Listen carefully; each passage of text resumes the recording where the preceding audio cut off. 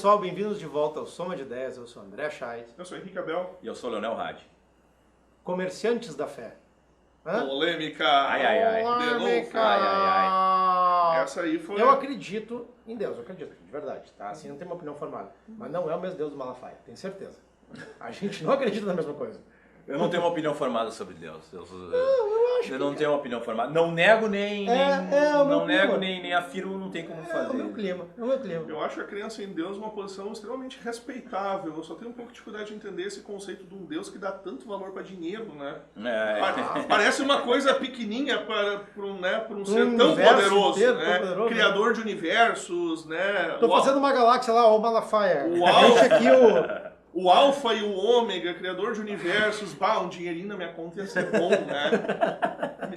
Porque, né, quando tu é uma criatura merdinha, assim, na ordem das coisas, tipo eu, assim, tu tá ali terminando teu dia depois do trabalho, tu entra ali pra tirar um extrato da conta pra ver como é que tá a movimentação, eu acho compatível com uma criaturinha pequena como eu. Agora, Deus, criador do universo, sentando assim, vamos ver se o pessoal depositou lá, não sei o quê, checando o extrato. Com aquela tela, aquele computador do Paulo Guedes. Assim.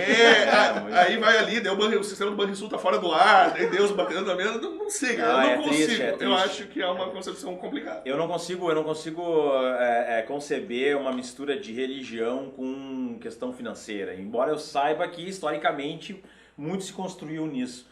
Mas quando começa a mercantilizar a fé, e isso não é uma crítica ao cristianismo, nem ao islamismo, ou o que seja, é só uma concepção de que eu acho que é incompatível as palavras de Cristo, já que a gente está falando das igrejas, né, neopentecostais, mas a palavra de Cristo, se for observar, não tem isso, né, não tem nenhum... Inclusive ele quebrava templos, né, os falsos profetas... E são bem e era bem essa lógica lá naquela, chicote. Né? O chicote que era lá nessa lógica dos mercadores da fé daquele tempo. E aí isso acaba virando o hegemônico em cima do nome dele. Enfim, eu acho isso que eu não concebo. Não é a fé das pessoas, não, acho que cada um, né, tem que ter a sua crença, ou não ter crença nenhuma, tem que se respeitar. Agora, quando começa a verticalizar, fazer a verticalização da fé em cima de coisas que não são compatíveis com a pessoa que eles dizem, né, que estão defendendo, isso eu acho muito, muito triste mesmo.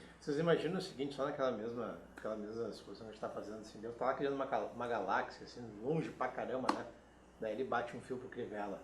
E aí, Crivella, como é que tá nossas movimentações suspeitas aí de 6 bilhões aí? Conta aí pra nós. Por que a gente entrou nesse assunto, né? Porque essa semana nós tivemos várias notícias aí sobre essas relações complicadas entre religião e dinheiro, né? E até colocando uma dúvida, assim, nós estamos lidando daqui a pouco com tempos de corrupção ou o quê? Porque, primeiro, né, teve essa operação aí investigando movimentações atípicas da Universal da ordem de 6 bilhões de reais só isso é um dado que eu acho interessante, porque tu ouve 6 bilhões de movimentações atípicas, tu pensa, levantaram os últimos 20 anos, só entre 2018 e 2019. Bota típico nisso, né? Típica, né? Caramba! Então, claro... Até parece a conta bancária do Juliano. Tá nesse nível, assim, parece o extrato do Juliano que eu vi ali em cima do lado do computador antes. Não, imagina 6 bilhões em um ano. Não imagino, cara, não sei. Não, é um PIB de um país praticamente, dependendo do país pequeno. Eu não tenho tanta imaginação. Não, assim. Cara, quantos cofres do Tio Patinhas pra tu não dar em dinheiro dá isso? A caixa forte do Tio Patinhas não chegava nem pro começo da conversa. E daí, ao mesmo tempo, a gente teve aí toda essa polêmica sobre o projeto de lei para isenção o perdão de dívidas na ordem de R$1 bilhão para igrejas. E o governo Bolsonaro aqui adotou uma estratégia que eu acho que, do ponto de vista pragmático, político, até dá para dizer que é inteligente.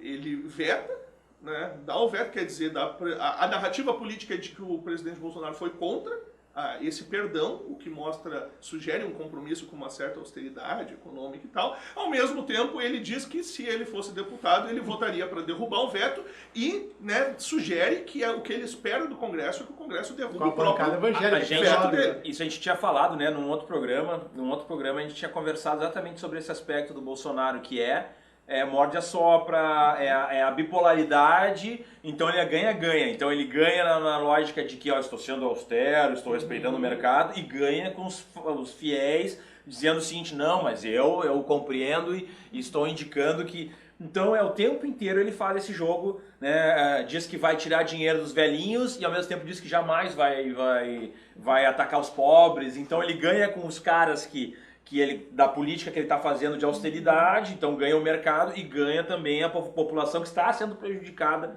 pelas políticas dele. Mais uma vez ele fez isso, né, nesse caso. E essa galera vai se aposentar aí sem ter contribuído nada, né? Se tiver essa eleição, né? Eu quero saber quem... Não, deve estar do mando.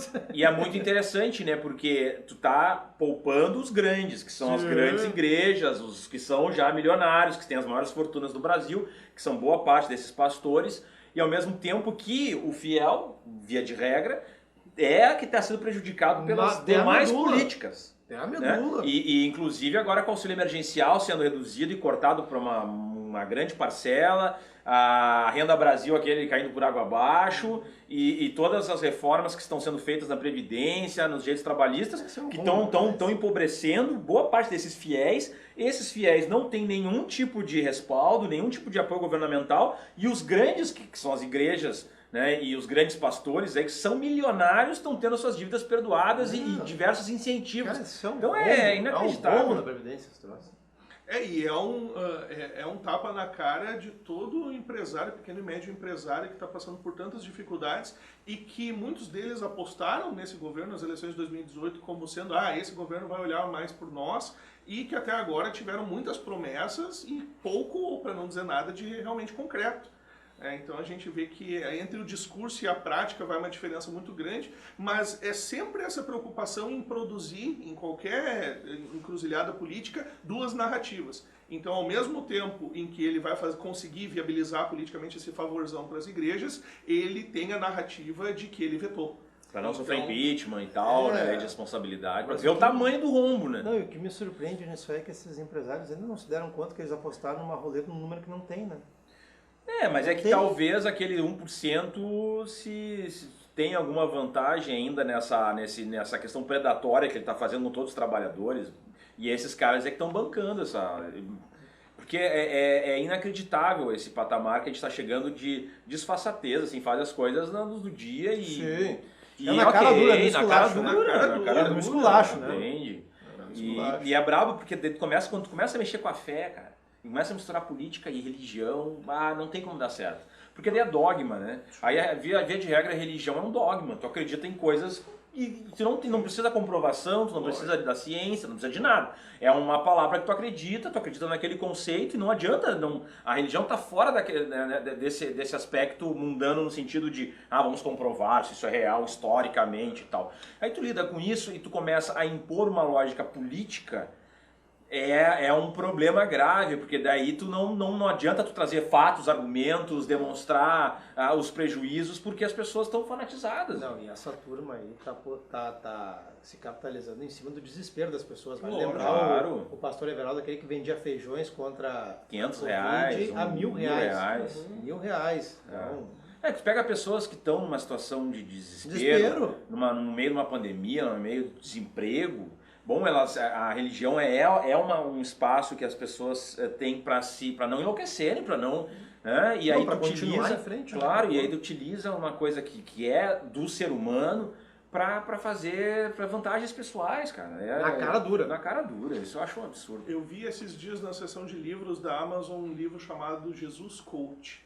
E daí eu me convenci, eu acho que nós estamos lendo errado a Bíblia. Eu acho que, né? Vocês falam tanto em Jesus, eu acho que a gente tinha que voltar para o Novo Testamento, de preferência só para o Novo Testamento. Só para o Novo. Já que o foco é Jesus, vamos, né? Porque eles leem muito velho, né? Até porque o Antigo Testamento eles costumam fechar mar, assim, eu acho estranho esses caras que falam tanto em Jesus, mas só se sentem atraídos pelo Velho Testamento. Cara, o Velho Testamento, Deus não tem muita paciência, cara. Eu acho um tipo de cristianismo muito singular, assim, que ele se concentra só no Velho Testamento. Mas quando chega no ponto do Jesus Coach, eu acho que a gente tem que reconhecer, nós estamos lendo errado os textos sacros.